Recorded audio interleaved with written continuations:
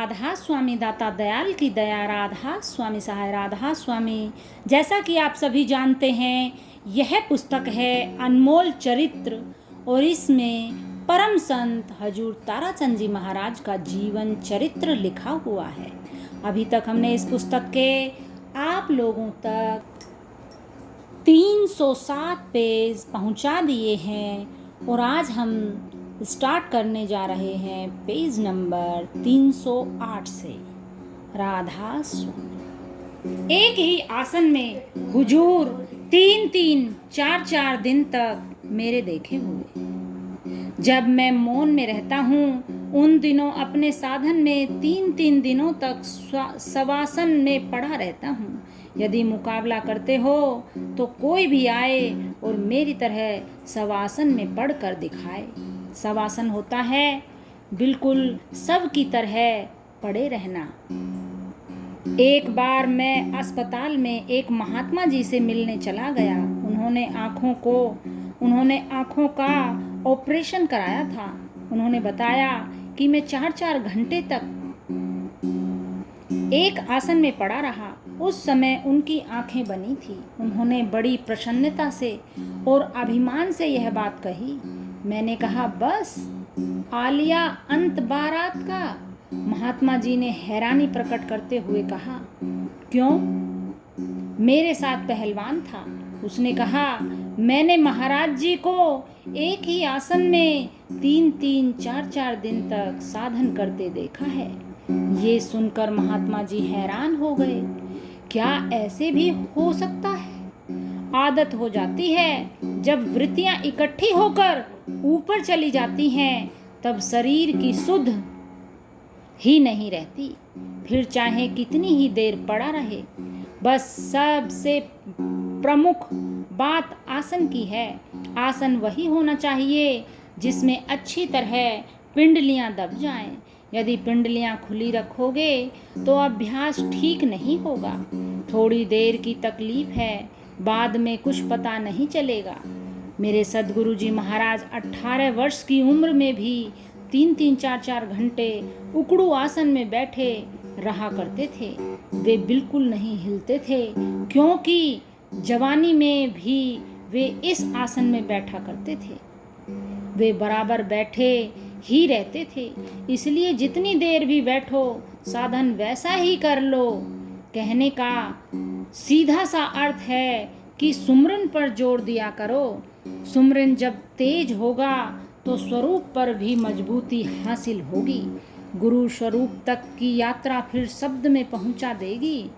शब्द में पहुंचकर अपनी सारी क्रियाएं भूल जाओगे। राधा स्वामी। भिवानी आश्रम का विचार। महाराज जी यानी अरमान साहिब ने भी किसी सत्संग में ये बात कही थी कि मेरी इच्छा तभी पूरी होगी जब एक कुटिया भिवानी में भी बन जाएगी। उनके ये वचन थे। सो ये कुटिया यानी भिवानी आश्रम मालिक ने बना दी। यदि ख्याल अच्छे रखोगे तो मालिक सब कुछ बना देगा। मेरे भी वही ख्याल रहा करते थे। यहाँ इस प्रकार सड़क हो और इस प्रकार से बन जाए। क्योंकि मैं इन डेरों को देखता रहता था, सो यह तुम्हारी जगह बन गई। बनाने वाला तो वही सतगुरु है। राधा स्वामी। भिवानी आश्रम की स्थापना 1988 में। हमारे यहाँ भी सत्संगी कहा करते थे कि एक आश्रम भिवानी में बनेगा, परंतु कोई जगह नहीं थी। एक प्रेमी ने कहा, हम जगह दे देंगे। उसका एक छोटा सा घर था, पर उसने हाँ कहकर इनकार कर दिया। मैंने कहा, मत दे, तुम्हारे घर को कोई किराएदार ही ले जाएगा। तुम्हारे पास तो यह घर रहना ही मुश्किल है। उसके साथ वही बात बन गई। यहाँ यह भिवानी आश्रम आप उस मालिक ने बनवा दिया। यह किसने बनवा दिया? वह अमीर या ज़्यादा पैसे वाला तो नहीं है, परंतु जिस हिसाब से मैं कहता हूँ उस हिसाब से वह त्रिलोकी का राजा है, जो इस बात को समझ जाता है कि यह चीज़ फना होने वाली है, नासवान है और काल का खेल है, जो सोचता है कि इससे आगे चलना चाहिए, वही साहूकार है। यहाँ का बीड़ा चाचा साधु राम जी ने उठाया था। यहाँ इन्होंने बहुत कुछ कर दिया। यह किसने करवा दिया? यह करने की ताकत चाचा साधु राम की नहीं थी। यह सब कुछ उस सतगुरु ने, उस राधा स्वामी दयाल ने करवाया है। वे इनमें दाखिल हुए तब इन्होंने यह किया। इनके दिल में यह प्रेरणा आई कि यह सत्संग घर ज़्यादा से ज़्यादा फैले। अब भी इनकी नीयत भरी नहीं है। अब भी यह कहते हैं कि 2-4 किले और लेंगे। हुजूर ने एक शुभ दिन पर मौज के अधीन निर्णय लिया और अपने गुरु भाई रतिराम को आदेश दिया कि भिवानी में आश्रम बनाना है। उसके लिए तुरंत जगह की तलाश की जाए। अगली पूर्णमासी पर भिवानी में नए स्थान पर ही सत्संग फरमाया जाएगा। उन्होंने आकर अपने साथी साधु राम जी लोहिया को बताया। फिर इनकी श्रद्धा, लगन व मेहनत के परिणाम स्वरूप यह आश्रम शुरू हो गया। सतपुरुष राधा स्वामी दयाल की मौज अनुसार अगला सत्संग इसी आश्रम की भूमि पर संपन्न हुआ। इसके निर्माण के लिए हुजूर महाराज जी ने चाचा साधु राम को कल्पना सिद्धि की बख्शीश दे दी और जिस प्रकार वे सोचते गए उसी अनुसार आश्रम का विस्तार होता चला गया, जिसके फलस्वरूप एक विशाल सत्संग स्थान, भंडारा, बगीचा तथा सैकड़ों कमरों का बरामदों सहित ऊपर नीचे का निर्माण हुआ, जिसमें 4-5 हजार सत्संगी विश्राम कर सकते हैं। संत मत के प्रचार एवं प्रसार में इस आश्रम की विशेष भूमिका रही है। हुजूर महाराज जी तथा राधा स्वामी मत के संस्थापकों के फोटो यानी तस्वीरें तथा हुजूर महाराज जी द्वारा फरमाए गए प्रत्येक सत्संग की ऑडियो एवं वीडियो रिकॉर्डिंग करने तथा संतों की शब्द वाणियों की रिकॉर्डिंग करके कैसेट देश के विभिन्न भागों में तथा विदेशों में पहुंचाने का अति महत्वपूर्ण कार्य भी इसी आश्रम में किया है। राधा स्वामी। भंडारे चलें और मैं देखूं, आप लोगों को मैं एक गुर बताता हूँ। आप लोग इस बात को सोचकर हृदय में रखोगे तो आपका भी कोई काम नहीं रुकेगा। मुझे एक दोहा याद था, बिन मांगे मोती मिले, मांगे मिले न भीख, मांगन से मरना भला, यह सतगुरु की सीख। जो कुछ मिलता है वह तो बिना मांगे ही मिलता है, मांगने पर तो कुछ भी नहीं मिलता है, बस भाव तो होता ही है। मैं अपनी बात शुरू से ही बताता हूँ। मेरे हर वक्त ये विचार रहते थे कि भंडारे चलें और इस प्रकार संगत आए, बैठे और मैं उसको देखूं और अपने हाथ से प्रसाद बांटूं। परंतु क्या हुआ, जैसे अभी एक भाई शब्द गा रहा था, जिस पर सतगुरु हुए दयाल, वा घर काहे की कमी। जिस पर सतगुरु हुए दयाल, वा घर काहे की कमी। सतगुरु तो सतगुरु ही होता है। मेरे पास तो कुछ भी नहीं था। सच पूछो तो मेरे ऊपर तो सतगुरु की दया ही थी। मेरे पास तो खाने के लिए रोटी भी नहीं थी।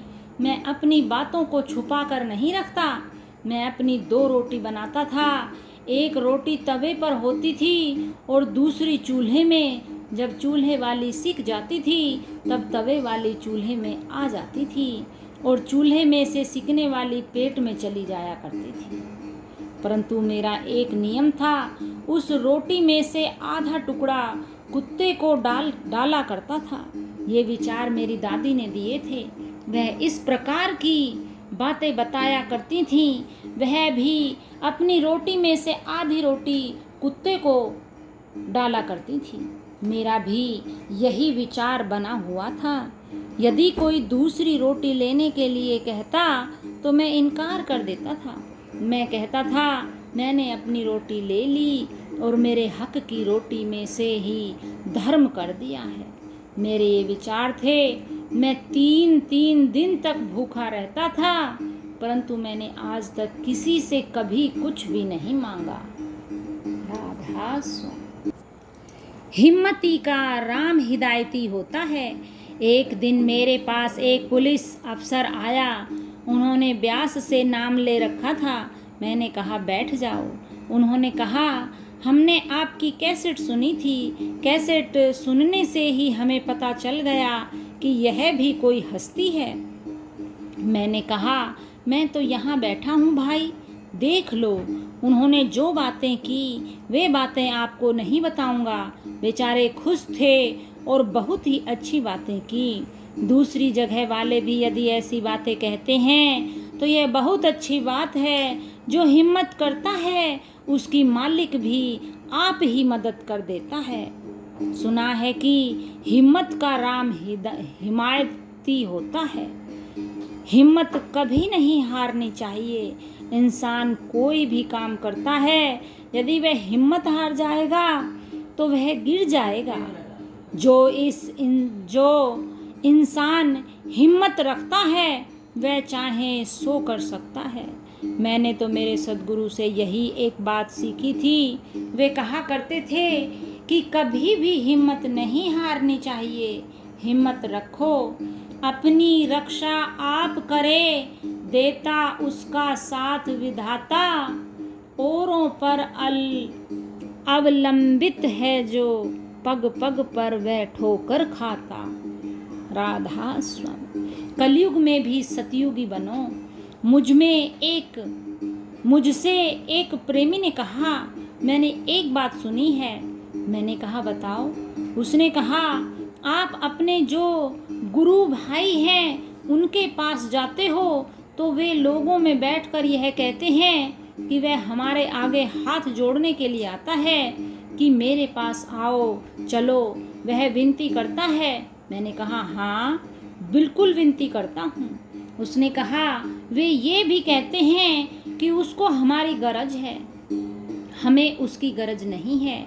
एक सज्जन आदमी ने कहा यदि इन्हीं बातों को पहचान लोगे तो तिर ही जाओगे। यही तो बात होती है कि उसको तुम्हारे से कोई गरज नहीं है और फिर भी वह तुम्हारे पास आ जाता है। जो गरज से आता है गरज मतलब की होती है, और जिसको तुम्हारे से कोई गरज नहीं है आना जाना तो वही है। मैं तो हर एक के बारे में यही सोचा करता हूँ कि सब भाई खुश हों और प्यार करें, सभी ठीक रहें। मैंने कभी किसी से बैर बांधने की कोशिश नहीं की और न ही कोशिश करता हूँ। जो बड़े काम करते हैं वही बड़े होते हैं। जो अपने आप को बड़ा कहते हैं और काम गिरे हुए करते हैं तो उसको बड़ा कोई भी नहीं कहेगा।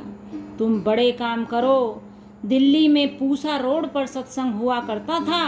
ब्यास वालों के डेरे में मैंने खुद पाखाने साफ किए हुए हैं। एक दिन मैंने आटा गूंथा और बहुत सारे काम किए। पाखानों का काम आया तो मैंने कहा मैं पानी डालूंगा। सेवा करने वाला, काम करने वाला कभी भी नहीं गिरता है। सेवा करने वाला चढ़ता है। सेवा मिलनी चाहिए कि हमें सेवा मिल जाए। कृष्ण महाराज जी के सारे ही दुख दूर हो गए। कृष्ण जी की वाह वाह हो गई क्योंकि उन्होंने सबसे छोटी सेवा ली। वह बर्तन उठाने और पत्तल उठाने की सेवा कौन लेगा? कृष्ण महाराज ने कहा मैं लूंगा। ये बातें आपने भी सुनी होंगी। फिर भी घटिया आदमी रुके नहीं। जो दुष्ट होते हैं उनके लिए सतयुग में भी कलयुग रहता है। क्या सतयुग में राक्षस नहीं थे? सतयुग में बहुत ही राक्षस हुए हैं, उनके लिए तो सतयुग नहीं था। जो अपने अपने विचार पर निर्भर करता है सज्जन आदमी है, उनके लिए आज कलयुग में भी सतयुग है। यह तो अपने अपने विचार पर निर्भर करता है। तुम सतयुगी बनो। कहते हैं हल्दी जर्दी ना तजे, खटरस तजे न आम, गुणवंता गुण ना तजे, अवगुण तजे न गुलाम। राधा कृष्ण जी ने छोटी सेवा ली, फिर भी शिशुपाल ने उसको ठोकर मारी। कृष्ण जी ने कहा, बुआ मैं 101 खोट तक बख्श दूंगा। बुआ ने कहा, भाई इतने तो यह करेगा ही नहीं, फिर तो यह जीवित ही रहेगा। पर जब उल्टा दिन आता है तब आदमी रुक नहीं सकता है। कृष्ण जी जब पांडवों के राजसूय यज्ञ में बर्तन साफ कर रहे थे तो शिशुपाल ने 101 ठोकरें मार दी।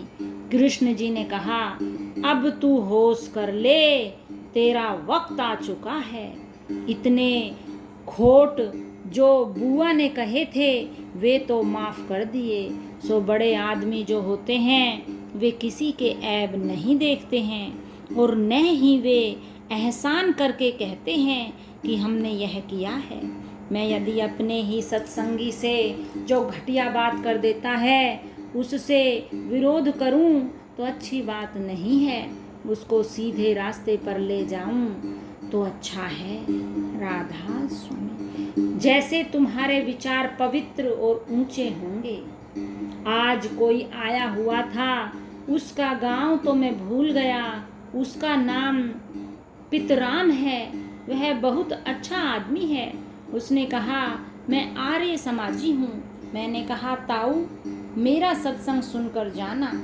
आर्य समाज दूसरी ही वस्तु है, आर्य धर्म दूसरी वस्तु है।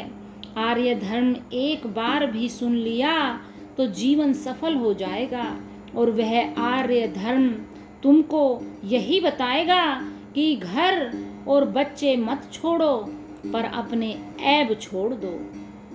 जितने भी तुम्हारे ऐब हैं उनको छोड़ दो।